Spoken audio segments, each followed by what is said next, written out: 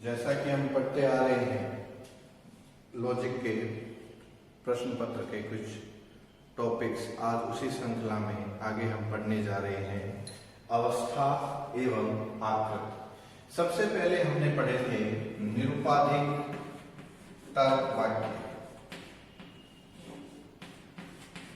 निरुपाधिक तर्क वाक्य 4 प्रकार के पढ़े थे, ए, ई, आई और ओ। उसके पश्चात निरुपाधिक तर्क वाक्यों के पश्चात हमने उनको चारों को प्रतीक रूप दिया था, जो 4 प्रकार थे, सर्वव्यापी भावात्मक, सर्वव्यापी निषेधात्मक, अंशव्यापी भावात्मक और अंशव्यापी निषेधात्मक। उनको हमने प्रतीक दिए ए, ई, आई और ओ। उसके पश्चात हमने इनके रेखा चित्र बनाने सीखे। इस डायग्राम को एक वर्ग मानते हुए कि इस वर्ग के अंदर सभी सदस्य हैं या कोई सदस्य नहीं है या कुछ सदस्य है, इस प्रकार की व्यवस्था करते हुए हमने इन चारों निरुपाधिक तर्क वाक्यों के रेखा चित्र बनाने सीखे। रेखा चित्र बनाने के बाद हमने पढ़ा निरपेक्ष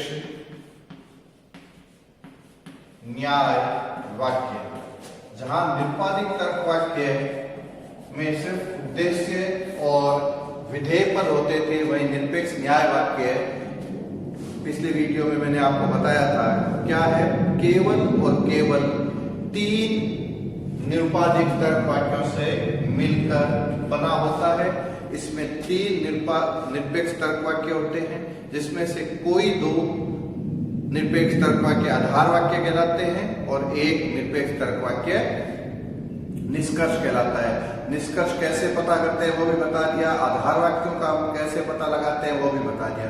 इसके अलावा हमने यह भी देखा था कि निरपेक्ष न्याय वाक्य में 3 पद होते हैं, उद्देश्य पद,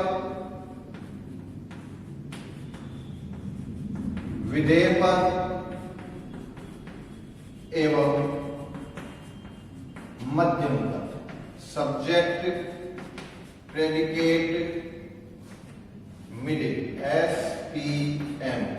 हिंदी में इसको अगर हम पढ़ेंगे तो बुक्स में ऐसे लिखा होगा, उद्देश्य के लिए लिखा होगा U, विधेय के लिए लिखा होगा V और मध्यम के लिए लिखा होगा म।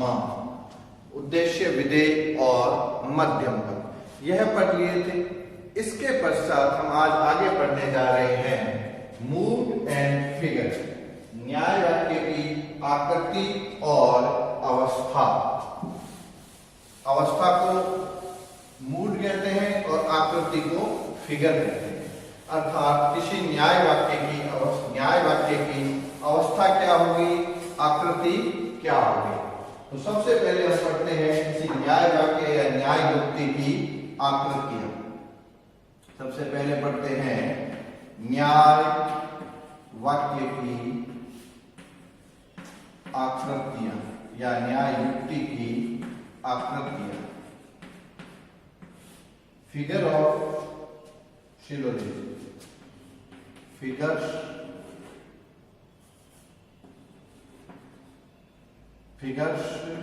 ऑफ सिलोजिज्म,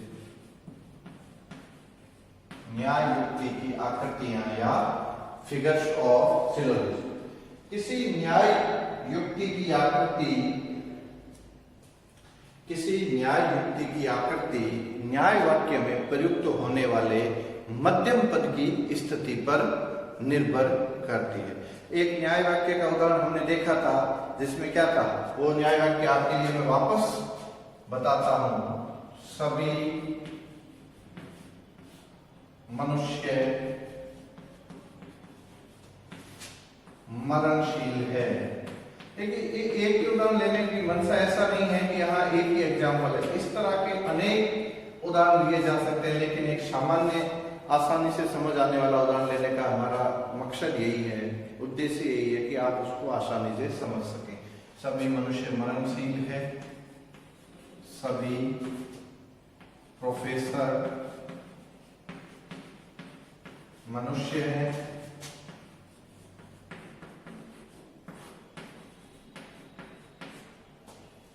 और सभी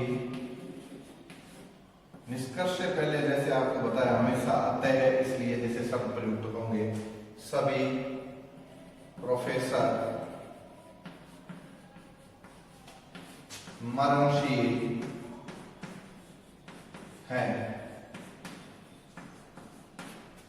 अब इसमें मैंने आपको बताया था कि कैसे हम पदों को निकालते हैं। सबसे पहले निष्कर्ष के उद्देश्य और विधेय अलग कर लीजिए। यह निष्कर्ष का उद्देश्य पद हुआ और यह निष्कर्ष का विधेय पद हुआ। इसको सब्जेक्ट, इसको प्रेडिकेट, हिंदी में इसको कु लिखा हुआ आएगा और इसको वी लिखा हुआ आएगा। इसके बाद मैंने बताया कि निष्कर्ष में जो विधेय पद है वो निष्कर्ष के अलावा जिस भी आधार वाक्य में प्रयुक्त हुआ है वह हमारा पहला आधार वाक्य कहलाएगा। यह है हमारा पहला आधार वाक्य। यह वापस हो गया विधेय पद। अब उद्देश्य पद, वापस उद्देश्य पद। इस दोनों उद्देश्य और विधेय के अलावा एक ऐसा पद होता है किसी न्याय युक्ति में प्रयुक्त होने वाला, एक ऐसा पद जो केवल आधार वाक्यों में आया है लेकिन निष्कर्ष में नहीं आया है, उस पद को कहते हैं हम मध्यम पद। तो मनुष्य वो पद है जो दोनों आधार वाक्यों में तो आया है लेकिन निष्कर्ष में नहीं है, इसको मध्यम पद या मिडिल टर्म कहते हैं। इस प्रकार अगर हमारे क्वेश्चन में, पेपर में 2 नंबर का जो प्रश्न आता है उसमें पूछ ले मध्यम पद किसे कहते हैं, लिखा हुआ गया मध्यम पद, मिडिल टर्म, या मैंने बताया उसको एक और नाम कहते हैं हेतु। तो हेतु किसे कहते हैं? हेतु या मध्यम पद वह पद है जो किसी न्याय युक्ति या न्याय वाक्य में केवल आधार वाक्यों में प्रयुक्त होता है लेकिन निष्कर्ष में नहीं होता। हमेशा ध्यान रखना, निरपेक्ष न्याय युक्ति के आधार वाक्यों में पाया जाने वाला पद जो केवल और केवल आधार वाक्यों में ही होता है लेकिन निष्कर्ष में नहीं पाया जाता, उसे कहते हैं मध्यम पद। तो इस मध्यम पद की स्थिति, मध्यम पद की स्थिति के आधार पर निरपेक्ष न्याय युक्ति की आकृतियां निर्धारित होती है। न्याय युक्ति की आकृति का क्या तरीका है? मध्यम पद की स्थिति। अब कैसे होती है देखिए मैं अभी आपको बताऊं। मध्यम पद की स्थिति, मध्यम पद की स्थिति के आधार पर न्याय युक्ति की 4 आकृतियां बनती है। कितनी बनती है? 4 फिगर्स बनते हैं। There are 4 figures for syllogism. 4 आकृतियां कौन कौन सी बनती है, कैसे बनती है? देखिए अभी इन 2 आधार वाक्यों को याद रखिए। एक बार हम इसको भूल जाते हैं, ठीक है, भूल गए। हमारे पास सिर्फ ये पहला आधार वाक्य है और ये दूसरा आधार वाक्य है। इस आधार वाक्य में मध्यम पद कहां पर है? विधेय के स्थान पर है। इस न्याय वाक्य में मध्यम पद कहां है? उद्देश्य के स्थान पर है। ये आपस में परिवर्तित होते रहेंगे। एक पहली स्थिति में ऐसा हो सकता है कि दोनों उद्देश्य पद के स्थान पर हो, दूसरी स्थिति में ऐसा हो सकता है कि दोनों विधेय के स्थान पर हो। एक स्थिति में ऐसा हो सकता है कि एक उद्देश्य और एक विधेय के स्थान पर हो और एक स्थिति में ऐसा हो सकता है एक विधेय और एक उद्देश्य के स्थान पर हो। तो ये 4 ही संभव आकृतियां बनती है। मध्यम पद की 4 ही संभव स्थितियां बनती है। इस आधार पर न्याय युक्ति या न्याय वाक्य की 4 फिगर्स होती है, 4 फिगर्स होती है। 4 1 प्रथम, द्वितीय, तृतीय और चतुर्थ, या ऐसा कह सकते हैं पहली, दूसरी, तीसरी और चौथी। इस प्रकार न्याय वाक्य या न्याय युक्ति की 4 आकृतियां बनती हैं। कौन कौन सी है वह हम अभी पढ़ेंगे। 4 आकृतियां बनती हैं। सबसे पहले हम लिखते हैं प्रथम आकृति। किसी न्याय युक्ति की प्रथम आकृति, पहली फिगर, फर्स्ट फिगर, इसको कहेंगे हम इंग्लिश में अगर कहें तो फर्स्ट फिगर। पहली आकृति क्या होती है? पहली आकृति में मध्यम पद की स्थिति क्या होती है?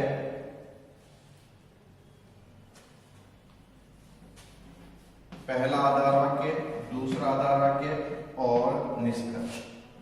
मध्यम विधेय, मध्यम विधेय, निष्कर्ष में उद्देश्य विधेय और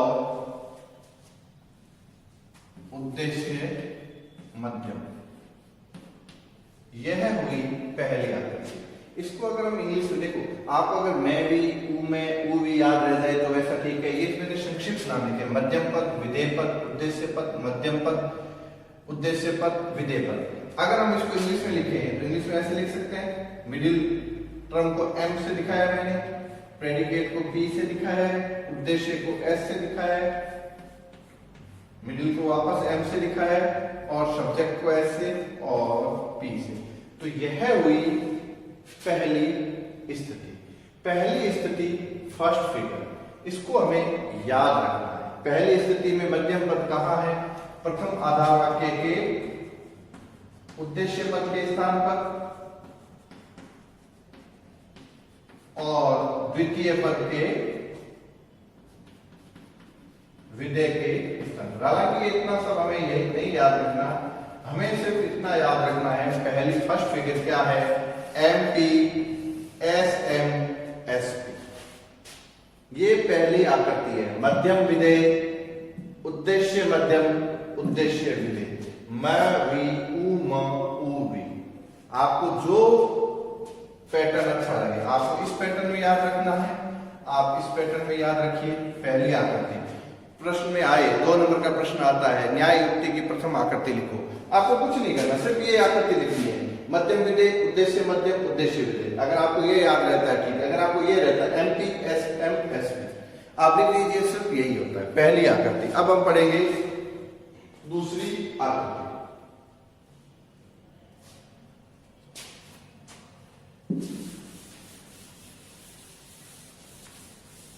द्वितीय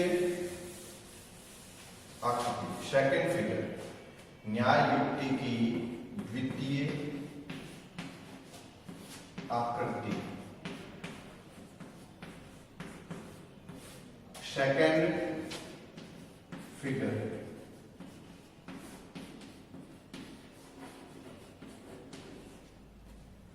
द्वितीय आकृति, द्वितीय आकृति क्या होती है? P M S M S P. Hindi में लिखें तो विधेय मध्यम, उद्देश्य मध्यम, उद्देश्य विधेय। यह हुई किसी न्याय वाक्य या न्याय युक्ति की द्वितीय आकृति। द्वितीय आकृति में विधेय पद, मध्यम पद, उद्देश्य पद, मध्यम पद, उद्देश्य पद, विधेय पद। यहां पर देखिए, ये जो मध्यम पद है दोनों ही स्थितियों में कहां पर आया है? दोनों ही स्थितियों में विधेय के स्थान पर आया है। सेकंड फिगर में मध्यम पद दोनों ही आधार वाक्यों में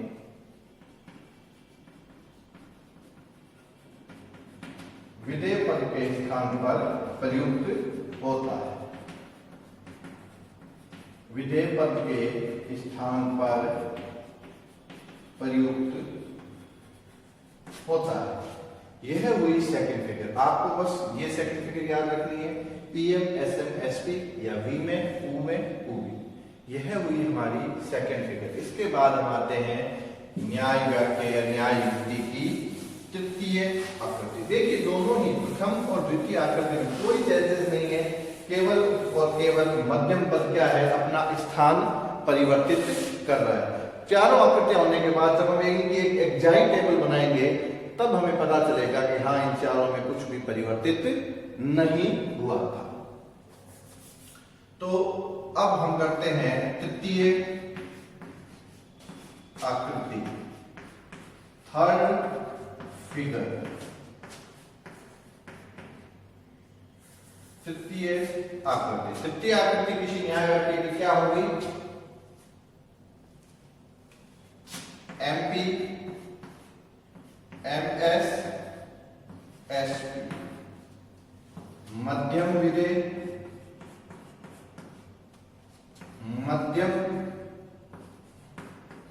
उद्देश्य और उद्देश्य विधेय। इसमें देखिए मध्यम पद कहाँ आया है, दोनों ही आधार वाक्यों के उद्देश्य पद के स्थान पर आया है, कोई चेंज नहीं। जिससे द्वितीय आकृति में कहा था, दोनों ही आधार वाक्यों के विधेय के स्थान पर, इस बार आ गया दोनों ही आधार वाक्यों के उद्देश्य के आधार पर। इसके बाद हम पढ़ते हैं चतुर्थ आकृति। यह आकृतियां कुछ नहीं है, मैं आपको फिर बता रहा हूं, इसको हमें कोई ऐसा हेडेक नहीं लेना, ये बहुत ही आसान है। जब हम इन चारों की एक एक्साइट टेबल बनाएंगे, एक साथ टेबल बनाएंगे, तो आपको देखते ही याद हो जाएगी। और ये याद इसलिए करनी जरूरी है कि जब हम जॉन वेन के रेखा चित्र बनाएंगे या जॉन वेन के रेखा चित्रों के माध्यम से निरुपाधिक न्याय युक्तियों की वैधता की जांच करेंगे, वैलिडिटी की जांच करेंगे, एग्जामिन करेंगे, तो हमें इन आकृतियों की आवश्यकता पड़ेगी। अब चतुर्थ आकृति, चतुर्थ आकृति। फोर्थ फिगर में भी कुछ नहीं है, बस थोड़ा सा चेंजेस है। PM,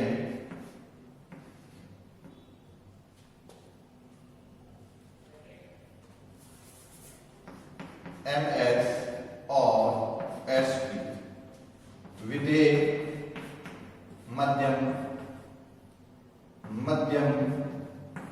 उद्देश्य और उद्देश्य विधेय। चौथी फिगर में क्या है, पहली फिगर का बिल्कुल विपरीत। पहली फिगर में क्या था, मध्यम पद यहां था उद्देश्य के स्थान पर और दूसरे आधार वाक्य में विधेय के स्थान पर। लेकिन यहाँ क्या है, पहले आधार वाक्य में विधेय के स्थान पर और दूसरे आधार वाक्य में उद्देश्य के स्थान पर। इस प्रकार यह किसी न्याय वाक्य की चार आकृतियां हुई। अब इन चारों को हम एक एक्साइट टेबल के माध्यम से देख लेते हैं। अब चार आकृतियां हैं किसी मध्यम पद की स्थिति के आधार पर। अब हमें यहाँ याद क्या रखना है, पहले हम एक एक्साइट टेबल बनाते हैं, उसके बाद हम इसको याद करते हैं।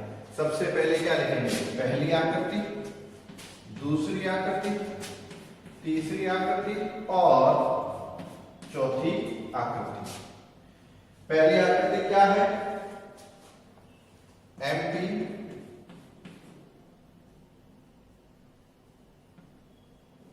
SM, SP। दूसरी आकृति PM, SM, SP। तीसरी आकृति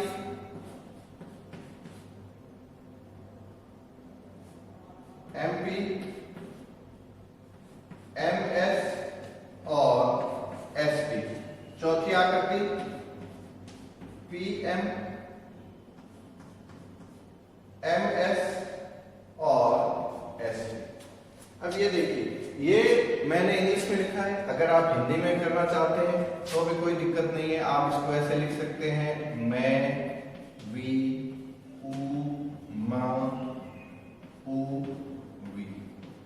जो आपको सही लगे, जैसी भाषा में आपको सही लगे, वी, म, ऊ, म, ऊ, वी। ये इसी तरह आगे वाले भी आप लोग कर सकते हैं। मैं आपके लिए कर देता हूं, मध्यम, विधेय, मध्यम, उद्देश्य, उद्देश्य, विधेय, विधेय, मध्यम, मध्यम, उद्देश्य, उद्देश्य। इस प्रकार किसी निरपेक्ष न्याय युक्ति की यह चार आकृतियां हैं। अब इन चार आकृतियों में क्या है, किस तरह से इसको हम शुरू से पढ़ते हैं। सबसे पहले न्याय वाक्य। न्याय वाक्य में तीन पद होते हैं, तीन ही आधार वाक्य होते हैं, प्रत्येक तीन ही न्याय तर्क वाक्य होते हैं, तीन में से दो आधार वाक्य और एक निष्कर्ष। तीन पद होते हैं, प्रत्येक पद दो दो बार आता है। उद्देश्य, विधेय और मध्यम। उद्देश्य पद और विधेय पद निष्कर्ष में होते हैं और एक एक आधार वाक्य में होता है। मध्यम पद होता है जो केवल आधार वाक्य में होता है और निष्कर्ष में नहीं होता है। इसी मध्यम पद की स्थिति, मध्यम पद कौन सा पद है जिसको हमने नाम दिया था हेतु, या फिर हमने नाम दिया था इसको मिडिल टर्म, मिडिल टर्म। यह मिडिल टर्म क्या कहलाती है? मिडिल टर्म होती है वह पद जो आधार वाक्यों में प्रयुक्त हो लेकिन निष्कर्ष में नहीं हो, किसी भी निरपेक्ष न्याय युक्ति के। मध्यम पद की स्थिति के आधार पर किसी निरपेक्ष न्याय युक्ति की चार आकृतियां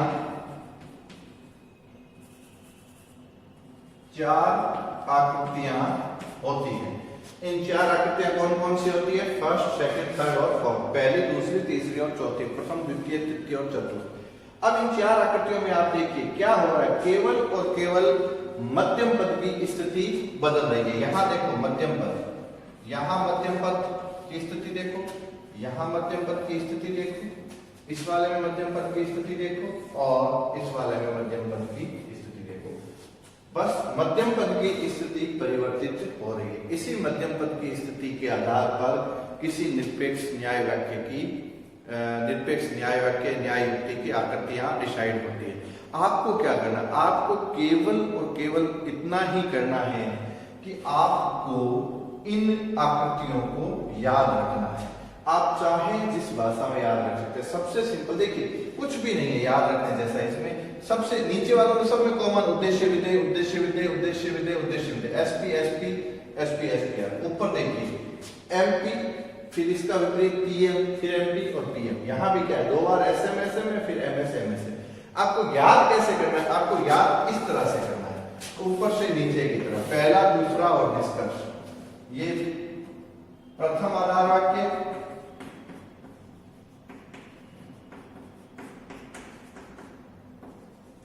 ये दूसरा आधार वाक्य और ये निष्कर्ष। किस तरह याद रखना है? अगर पेपर में पूछा जाए प्रथम आकृति लिखो किसी न्याय वाक्य या न्याय युक्ति की, आपको लिखना है एमपी एसएम एसपी। आपको पूछ लिया जाए किसी न्याय युक्ति की तृतीय आकृति लिखो, आपको लिखना है एमपी एमएस एसपी। आपको पूछ लिया जाए चतुर्थ लिखो, या आपको पूछ लिया जाए द्वितीय, या आपके 7 नंबर में आ जाए किसी न्याय युक्ति की संभव आकृतियां लिखो, या ऐसा आ जाए कि न्याय युक्ति की आकृतियों को समझाइए।